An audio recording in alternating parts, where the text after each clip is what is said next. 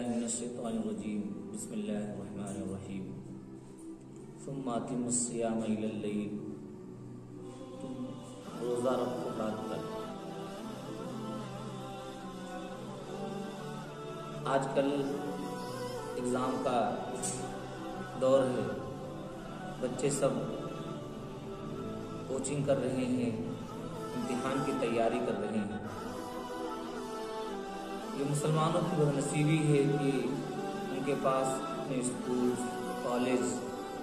اور coaching centre نہیں ہے کہ جہاں پر مسلمان بچے جا کر کے، اسٹوڈنٹ جا کر کے اپنی پیاس بجھا سکیں۔ اور جو مسلمان اسکول اور کالج چلا رہے ہیں تو وہ بھی اسی دھرے پہ کھڑے ہوئے ہیں، اسی کٹہرے میں ہیں جو دوسرے لوگ جس طریقے سے اسکول اور کالج چلاتے ہیں۔ اللہ تعالیٰ رسول اکرم صلی اللہ علیہ وسلم کے ذریعے امت کو یہ پیغام دیتا ہے، خیر الناس من ینفع الناس، بہترین لوگ وہ ہیں جو لوگوں کو فائدہ دیں۔ اور اللہ تعالیٰ نے ہر چیز کا وقت متعین کر دیا ہے، یہاں تک کہ جتنے احکام ہیں، چاہے وہ نماز کے ہوں، چاہے وہ روزے کے ہوں، چاہے وہ حج کے ہوں، چاہے وہ زکوٰۃ کے ہوں، سب کا اللہ نے وقت متعین کر دیا ہے۔ آج کل جو اسٹوڈنٹ ہیں، جو اسکول میں پڑھنے والے بچے ہیں، وہ مسلمانوں کے گھر بھی جاتے ہیں پڑھنے کے لیے، تو ان کے یہاں جو ٹائم ٹیبل رکھا جاتا ہے وہ نماز کے اعتبار سے نہیں رکھا جاتا ہے، یعنی 2 سے 4، 4 سے 6 اس طرح سے رکھا جاتا ہے، جبکہ ہونا یہ چاہیے کہ ظہر سے عصر، عصر سے مغرب، مغرب سے عشاء۔ ہم مسلمان ہیں، اللہ نے ہمارے اوپر نماز فرض کیا ہے، اللہ نے ہمارے اوپر روزے فرض کیے،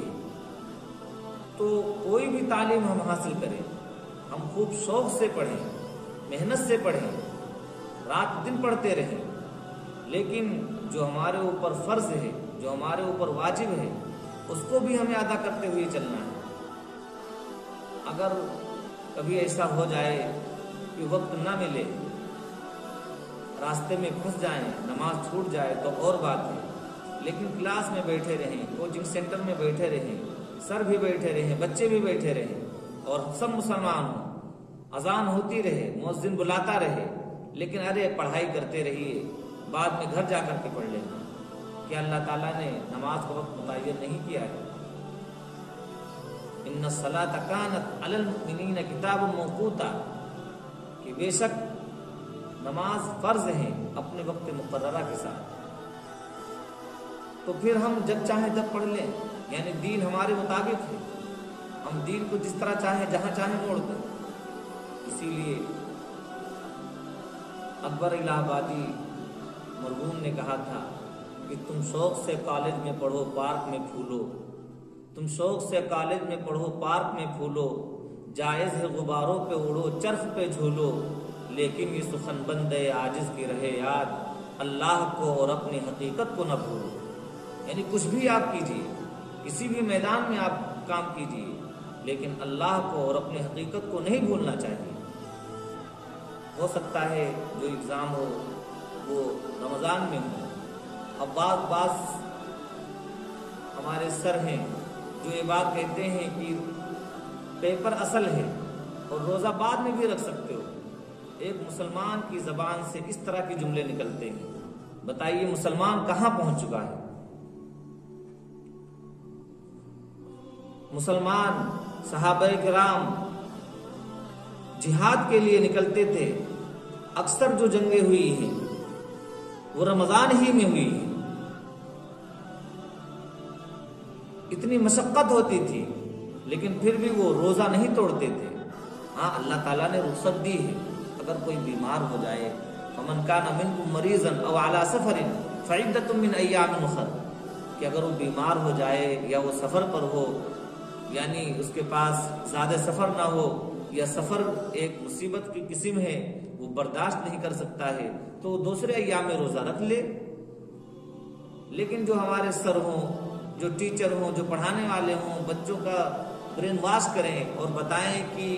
روزہ بعد میں بھی رکھ سکتے ہو، پیپر دینا اصل ہے، پیپر کی تیاری کرنا اصل ہے، یہ کہاں لکھا ہوا ہے؟ اس لیے اسکول اور کالج کے جو مینجمنٹ ہیں، جو مینیجر ہیں، جو پرنسپل ہیں، وہ ناخون کے ہوش لیں